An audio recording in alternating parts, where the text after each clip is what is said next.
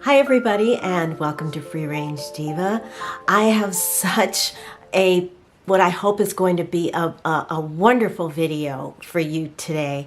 I was recently reading that there are 3 pillars to good health and wellness. They are nutrition, exercise, and rest. And today, I hope that this video provides you with a little bit of a restful respite from just the stuff that goes on in life that can kind of overwhelm us, get us down, create frustrations. Today, I personally am in a fantastic mood, and my eyebrows are looking snatch.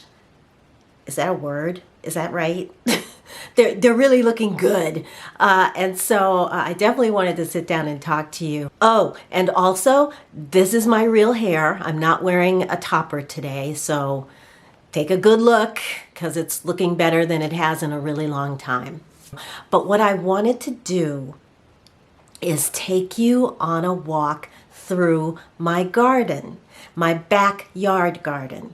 I garden in Zone 10B in Southern California, and the everything is just starting to wake up from its winter nap. We have had a lot of rain, but not a lot of sun. So what you're going to see is just sort of the beginnings of the summer, spring and summer blooming. Some things are in blooming, and I'll show you those. And I also wanted to show you a little bit of my process, or at least talk you through a little bit of my process. So I will be talking you through what I'm growing, how it's doing, what I hope that it will be doing in the coming months as it starts to warm up and get sunnier. And hopefully you will enjoy it as much as I enjoyed doing it. So one quick word before we go.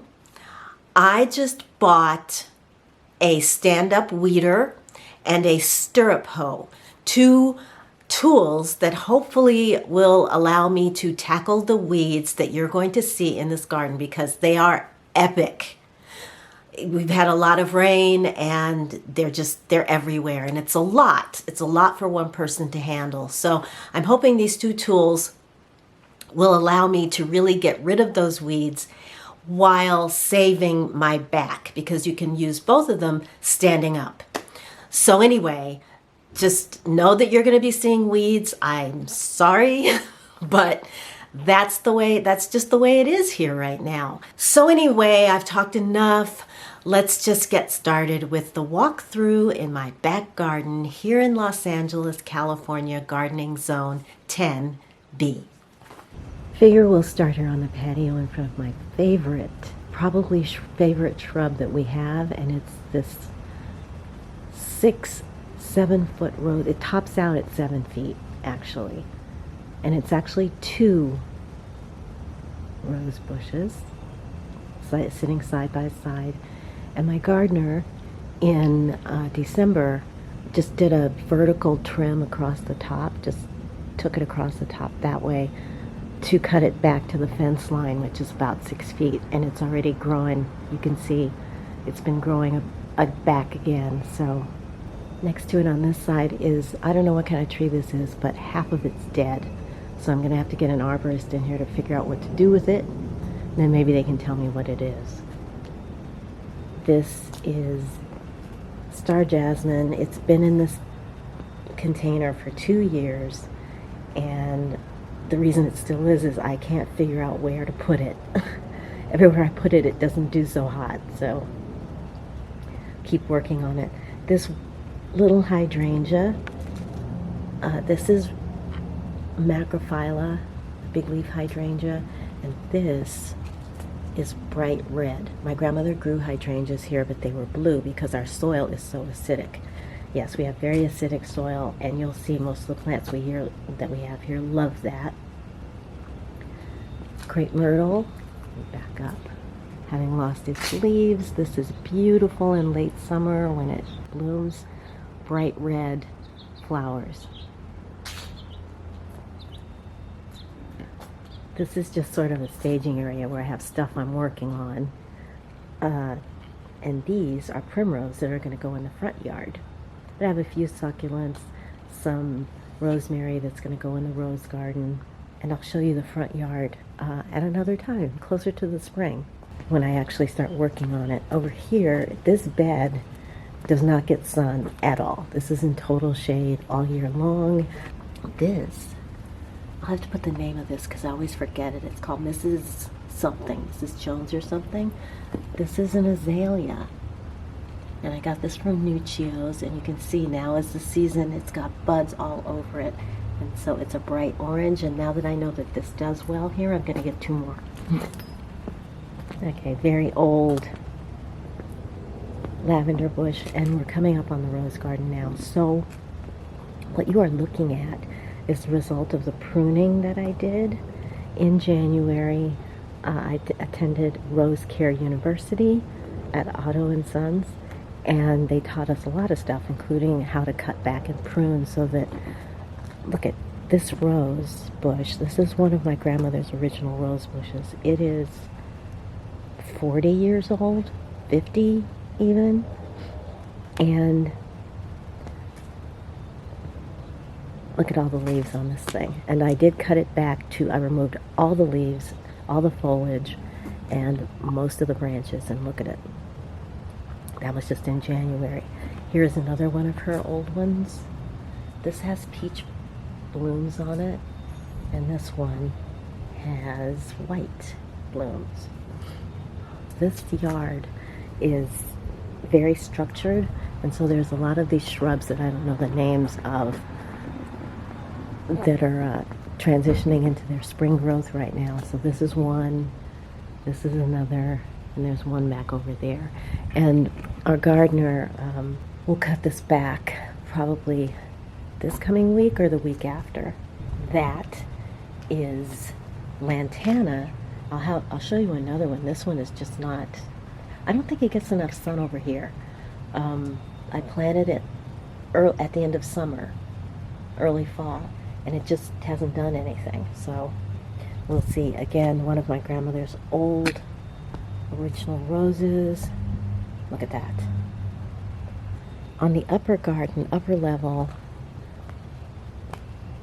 you can see here the lemon cypress and lots of weeds. Again, it's that season. There's no point in even trying to deal with them now because with all the rain, they're just going to keep coming back. So we'll get to those. But anyway, the lemon cypress are doing great. The gaillardia over there has been in bloom ever since I got it. And those are the seed heads, these little red things. These are seed pods. I could deadhead it, but they're kind of cute, so I leave them. Angel face rose bush with powdery mildew. And I've been fighting it. I've been removing foliage and dormant. I did the dormant spray for fungus, but it's just so wet. So I think, because this is all brand new growth since the last time I defoliated it, and it's already covered. So I'm going to have to try a different tactic. We've got pansies doing well. Let's come on this side. And these, what you're looking at, these are not weeds. These are going to be ranunculus. And I cannot wait. I planted 25 bulbs in the fall. And this is what's come up. Most of them have come up. And this area has just not been getting a lot of sun. When it does get, because in the morning it's been overcast, and by the time the overcast burns off in the afternoon, this is in shade because the sun west is that way. Anyway, they need more sun, but hopefully they'll get it in a couple of days. It's at least supposed to be, it's not supposed to be cloudy. And it's going to rain later today, which is why I'm doing this now. Flirt Nandina. There's two of them. They're both doing well, as is my euonymus, my golden euonymus. And back there is the Pilgrim David Austin rose. It's a climber, and it is also pushing out new growth. That the stems are covered in those buds. So this is going to be beautiful when it gets in. This is also another azalea. This is an encore azalea, and this has never been out of bloom since I planted it in December. It just, and then all the light leaves are new growth. And as you can see, I'll have to look up the variety that I got. I think it's Moonlight or something like that, but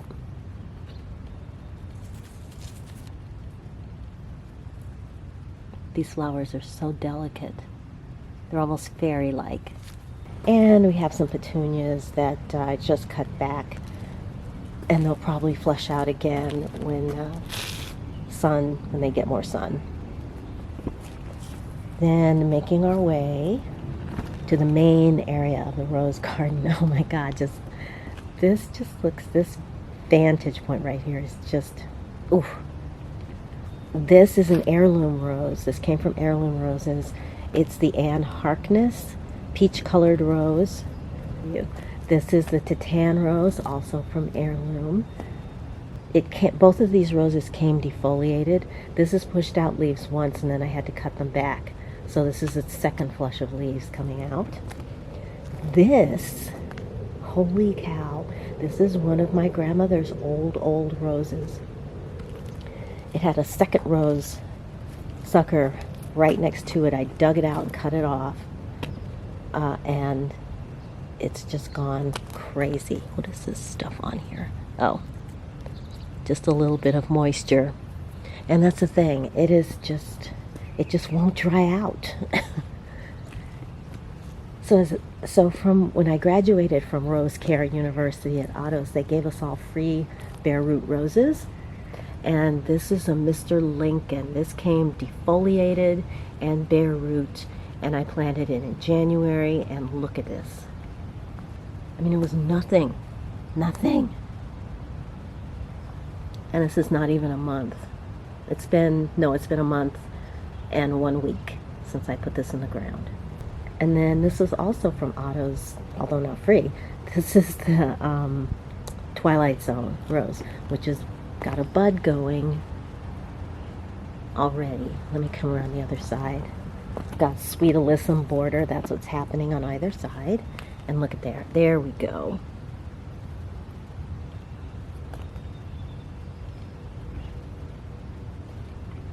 Moving right along. I planted a bunch of petunias in this area last spring, and several of them died. They actually went all along this area. But the way that this yard is set up, this area slopes down. I don't know if you can see it, but it slopes down. So when it rains, water drains down into this garden bed and then comes all the way down and drains down to here.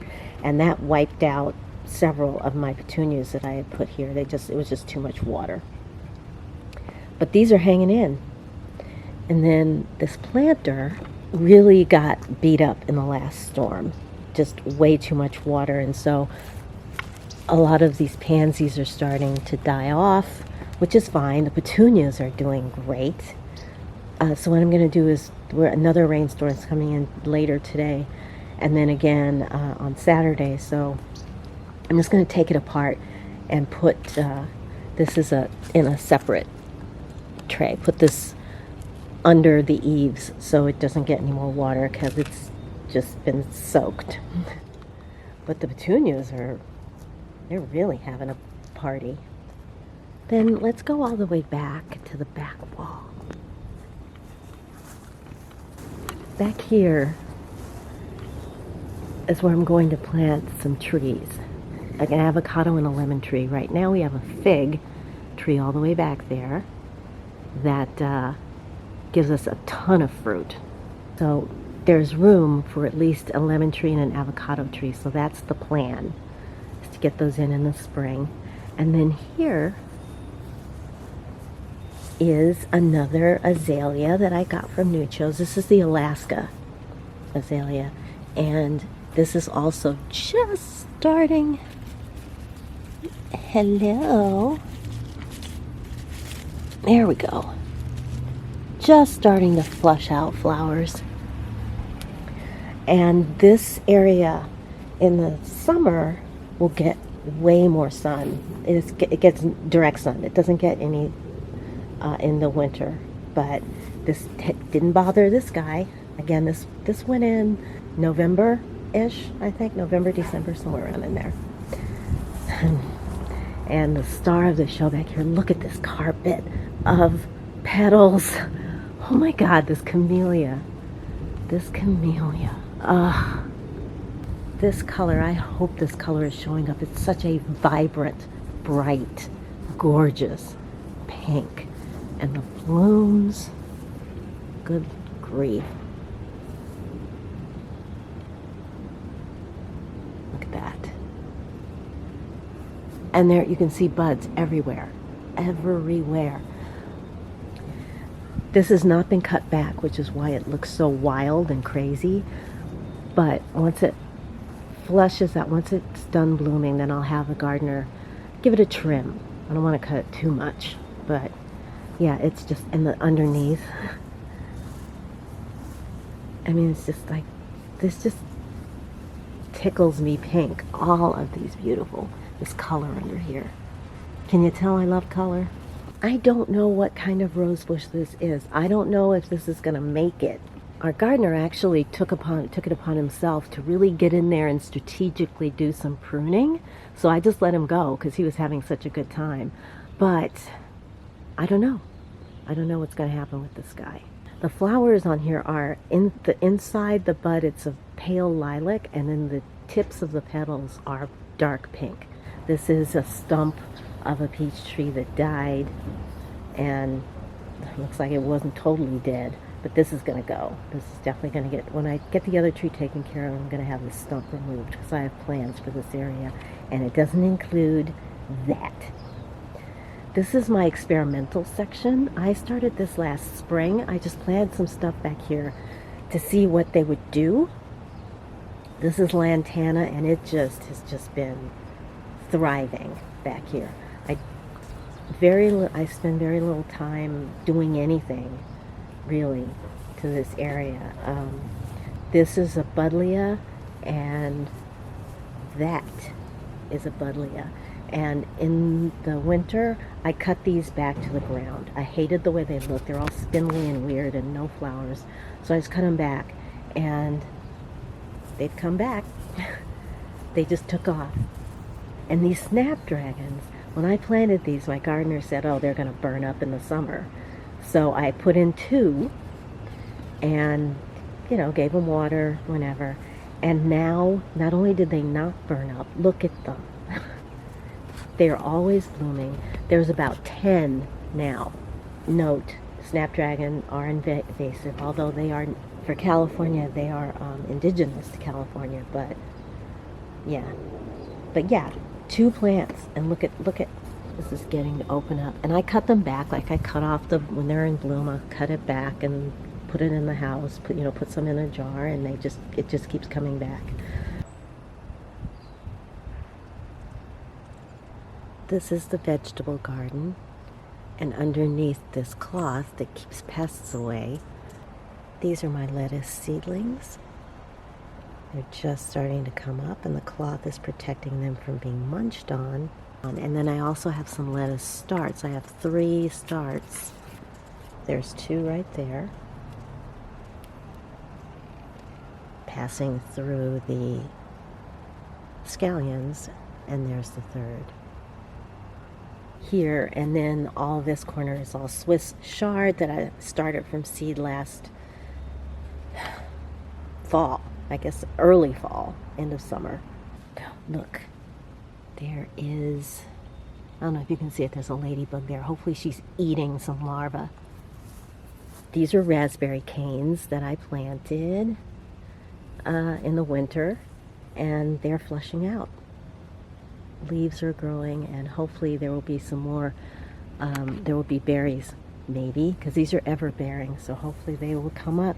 Again, the yard here, I mean, look at these weeds. Can you just, anyway, yeah, I actually weeded out this section and planted some wildflowers here. So hopefully, what I'm hoping is that this will be a wildflower, you know, kind of border between the vegetable garden, because this will all be eventually planted up in the spring. So again, I'll have to get in there and do weeding again. But yeah, this garden is mostly structural plants. For example, this, which I don't know the name of, we all know bird of paradise. And this is a plumbago that has got another plant growing in it or underneath it. So you can see the remainder of the flowers from the original, and then these red flowers are the other whatever that's growing inside it, that's growing under, you know, coming up through the middle of it. This normally is pruned back, is kept way pruned back. So yeah, this is the result of a lot of rain and the fact that our gardener has not been able to work it. Here's where I store my rainwater that I've collected. I've got mosquito dunks in all of these bins. So we don't have to worry about mosquitoes. This is just the junk area. This is another shrubbery that I don't know. And you saw this before, our Chinese maple that's losing its flowers, but the leaves are now starting to come in. And then a mystery shrub right there. So that's going to do it for the backyard. And then maybe next month or in 2 months, I'll give you the front yard tour once I have it all planted up. Hi again.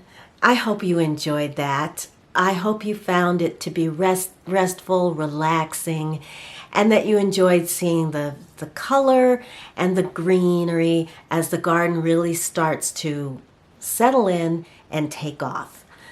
I will be back with another garden tour in spring so that you can see exactly, or summer, so that you can, when everything is in full bloom, and you can see what it is that I've been working on. Because I'm putting this garden together not just for me, or in honor of my grandmother, who started the garden when we moved here 50 years ago, but I'm also doing it for my mother now, so that she has something out there, because she's not exactly an outdoor person, but hopefully this will bring her, as there's more and more color happening, it will bring her outside and she can enjoy the color and the fresh air and just what it means to really relax and be outside amongst nature.